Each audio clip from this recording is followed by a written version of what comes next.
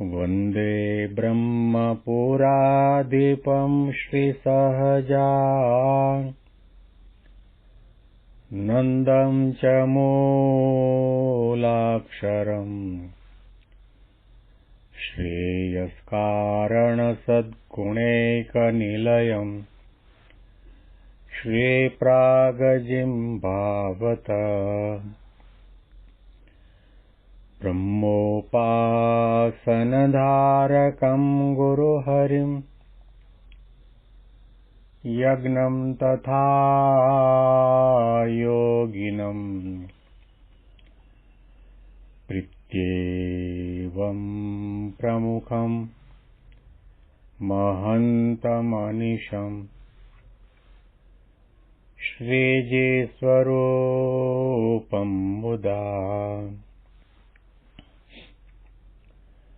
મહિમાનો મહિમા પ્રવચન માળામાં આજે 5મી જાન્યુઆરી 2025 રવિવારના દિવસે તમામ સંતો હરિભક્તોને મારા સાષ્ટાંગ પ્રણામ. જય સ્વામિનારાયણ. હેપી વચનામૃત દ્વિશતાબ્દી મહોત્સવ. હેપી પ્રમુખ સ્વામી મહારાજ શતાબ્દી મહોત્સવ. ગઢડાંત્ય પ્રકરણનું 22મું વચનામૃત સખી સખાના ભાવનું સાંભળી રહ્યા છીએ.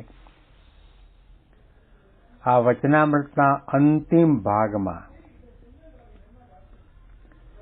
શ્રીજી મહારાજ મોટું પાપ કયું કે જે પાપને બાળવા માટે શાસ્ત્રોમાં કોઈ પ્રાયશ્ચિત લખ્યું નથી, એ પાપની વાત કરે છે.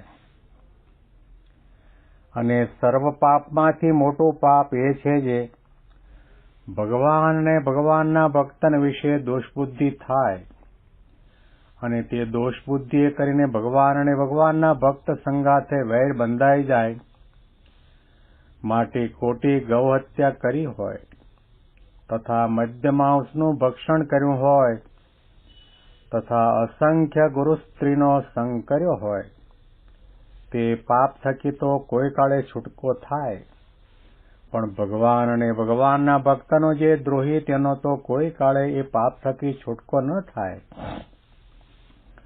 અને તે પુરુષ હોય તો રાક્ષસ થઈ જાય અને સ્ત્રી હોય તો રાક્ષસી થઈ જાય.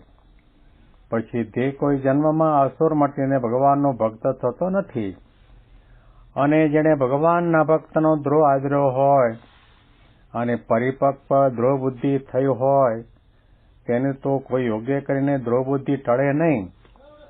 અને દ્રોહ કર્યાની સાધન દશામાં હોય અને એમ જાણે જે ભગવાન અને ભગવાનના ભક્તનો મેં દ્રોહ કર્યો એ મોટું પાપ કર્યું, માટે હું તો અતિશય નીચ છું અને ભગવાન અને ભગવાનના ભક્ત તે તો બહુ મોટા છે. એવી રીતે જે ભગવાનનો અને ભગવાનના ભક્તનો ગુણ લે અને પોતાના વિશે દોષ જુએ તો ગમે તેવા મોટા પાપ કર્યા હોય તો પણ તે નાશ પામે છે. અને ભગવાન પોતાના ભક્તના દ્રોહના કરનારા ઉપર જેવા કુરાજી થાય છે અને દુખાય છે તેવા કોઈ પાપે કરીને દુખાતા નથી. શ્રીજી મહારાજ પોતાના રસ રૂચિ અભિપ્રાય સિદ્ધાંત બતાવે છે. અતિશય અગત્યની વાત અને મુદ્દાની વાત મહારાજ આપણને સાધન અવસ્થામાં આપણા માટે સમજાવે છે. શાસ્ત્રોમાં કહેવાયું છે, અષ્ટાદશ પુરાણેષુ વ્યાસસ્ય વચનદ્વયમ પરોપકાર પુણ્યાય પાપાય પરપીડનમ. વ્યાસ ભગવાને 18 પુરાણ લખ્યા, એમાં 2 વાક્ય ઉડીને આંખે વળગે તેવા છે. બીજાના ઉપર પરોપકાર કરો. કોઈ પણ વ્યક્તિ આપણી વાણી દ્વારા, આપણી ક્રિયા દ્વારા, આપણા મદદ ને સપોર્ટ દ્વારા આધ્યાત્મિક માર્ગમાં આગળ વધે, વ્યવહાર, સંસાર, પરિવારમાં આગળ વધે ને સુખી થાય તો સમજવો કે તમે પુણ્યનું કામ કર્યો છો. પાપાય પરપીડનમ. આપણી વાણીથી, આપણી નિંદાથી, આપણી ટીકાથી, આપણા અપમાનથી, આપણા દ્રોહથી, આપણા તિરસ્કારથી કોઈ સંત કે ભક્ત કે સત્સંગી સત્સંગમાંથી પાછો પડી જાય તો સમજવું કે મોટા મોટું પાપ છે. મહારાજે કહ્યું કે ભગવાન અને ભગવાનના ભક્તનો જે દ્રોહ કરે છે એ ઘણા બધા શાસ્ત્રોમાં લખાયેલા પાપ કરતા પણ મોટું પાપ છે. અને એવો જે પાપનો કરનારો છે પુરુષ હોય તો બીજા જન્મમાં રાક્ષસ બને છે, અને મહિલા હોય તો બીજા જન્મમાં રાક્ષસી બને છે, અને એનો કોઈ કાળે છુટકારો થતો નથી. કેટલા બધા ભયંકર ભયસ્થાનો આ આધ્યાત્મિક માર્ગમાં છે. જાણપણું ન રાખીએ તો કોઈના દોર્યા દોરવાઈ જઈએ, કોઈના શબ્દોની આપણા કાનમાં અસર થઈ જાય, કોઈ આપણા કાનની અંદર એવા શબ્દો નાખે કે શાસ્ત્રીજી મહારાજ, યોગીજી મહારાજ ને પ્રમુખ સ્વામી તો બંડિયા છે અને વિમુખ છે, એમને તો સંસ્થામાંથી હાંકી કાઢ્યા છે. આવા પ્રકારના શબ્દો આપણે આમાં એકડો પણ જાણતા ન હોઈએ તો પણ આપણામાં ગડમથલ ચાલે ને પછી એના રવાડે ચડી જઈએ. એવા કુસંગી લોકોને કુસંગની વાતો ફેલાવવામાં એટલો રસ હોય છે, એટલી ચતુરાઈ હોય છે, એટલી આવડત હોય છે. તમને રમાડે, જમાડે, બેસાડે, ઉઠાડે, મદદ પણ કરે, પણ તમને ભગવાન કે ભગવાનના ભક્તનો અભાવ હૈયામાં નાખી દે, આપણને ખબર ના પડે. એટલા માટે ગુણાતીતાનંદ સ્વામીએ કહ્યું કે 3 પ્રકારના કુસંગ છે, એનાથી દૂર રહેવું. અંતરનો કુસંગ, બહારનો કુસંગ અને સત્સંગમાં કુસંગ. મોડી વાત કરતો હોય તે કુસંગ છે, બળ વગરની વાતો કરતો હોય તે કુસંગ છે, ભગવાનના પ્રગટ સ્વરૂપની અંદર મનુષ્ય ભાવ લાવે તેવી વાતો કરતો હોય તે પણ કુસંગ છે, ભગવાનનું ભજન કરતા સંતો હરિભક્તોના અભાવ ગુણ ગાતો સંભળાવતો હોય એ પણ કુસંગ છે. એને કરીને જીવ છે નઠારો થઈ જાય છે, જીવનો નાશ થઈ જાય. મહારાજે તો ત્યાં સુધી કહ્યું કે ભગવાન કે ભગવાનના ભક્તનો દ્રોહ કરે એના જીવનો નાશ થઈ જાય છે. ત્યાં પ્રશ્ન પૂછવામાં આવ્યો મહારાજ, શાસ્ત્રોમાં તો લખ્યું છે કે જીવ તો અવિનાશી છે, એ કપાતો નથી, બળતો નથી, મરતો નથી, સુકાતો નથી, પછી નાશ કઈ રીતે થાય? ત્યારે મહારાજે કહ્યું કે જે ભક્તનો કે ભગવાનનો દ્રોહ કરે એનો જીવ છે એને બીજો જન્મ પર્વતનો મળે, પથ્થરનો મળે, કે ભગવાન ભજવાની કે આધ્યાત્મિક ક્રિયા કરવાની કે આત્મકલ્યાણ માટેની કોઈ સાધના, તપશ્ચર્યા, વ્રતાદિક કરી જ ન શકે. વર્ષોના વર્ષો, યુગોના યુગો સુધી એમને પડ્યો રહે પથરાના રૂપની અંદર. તો પછી સમજવું કે એના જીવનો નાશ થઈ ગયો.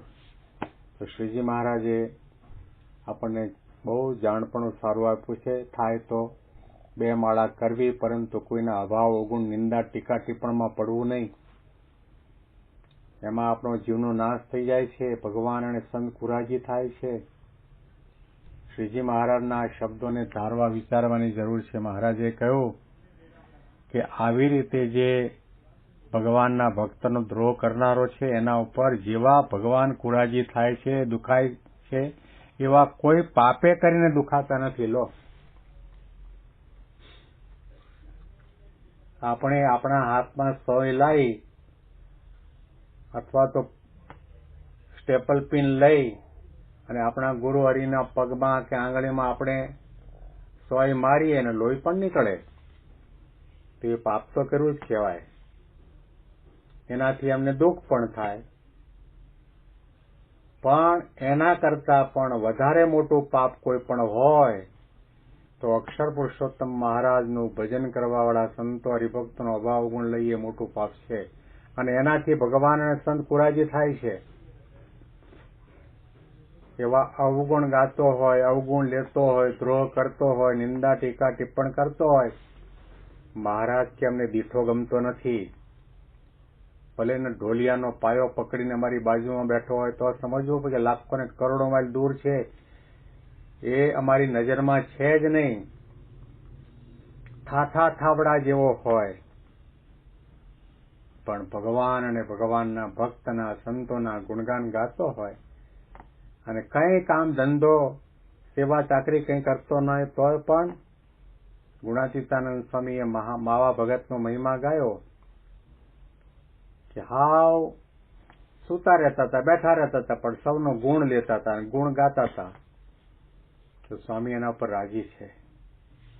ગુણાતીતાનંદ સ્વામીએ કહ્યું કે આખા મંદિરનું કામ એકલો કરતો હોય, ગમે તેટલા સત્સંગ કરાવતો હોય, ગમે તેવો હોય, પણ ભગવાન અને ભગવાનના ભક્તના અવગુણ લેતો હોય તો અમને ગમતો નથી. આપણે મહારાજને ગમીએ એવા થવું છે. સ્વામી આપણી સામે જોઈને રાજીના રેડ થઈ જાય અને એનો ઊભા થઈને આપણને પોતાના બાહુપાશમાં લઈ લે, ભેટી પડે, આશીર્વાદની વર્ષા કરે એવા થવું છે કે આપણી સામું એમને જોવાનું મન ન થાય એવા થવું છે. આપણી છાતી ઉપર તપાસ રાખવાની, હાથ રાખીને તપાસ કરવાની જરૂર છે કે આપણી સેવા, આપણો સત્સંગ, આપણી ભક્તિ, આપણી સમજણ, આપણી નિષ્ઠા કેવા પ્રકારના છે. મહારાજની બીજી ઘણી બધી આજ્ઞાઓ આપણે પાળીએ છીએ. એકાદશીના દિવસે અન્ન નહીં ખાવાનું તો નથી ખાતા, ડુંગળી લસણ નથી ખાવાના તો નથી ખાતા, સવારના ઉઠીને પૂજા કરો, તિલક ચાંદલો કરો, કરીએ છીએ. કંઠી ગળામાં ધારણ કરવાની એ પણ આજ્ઞા પાળીએ છીએ.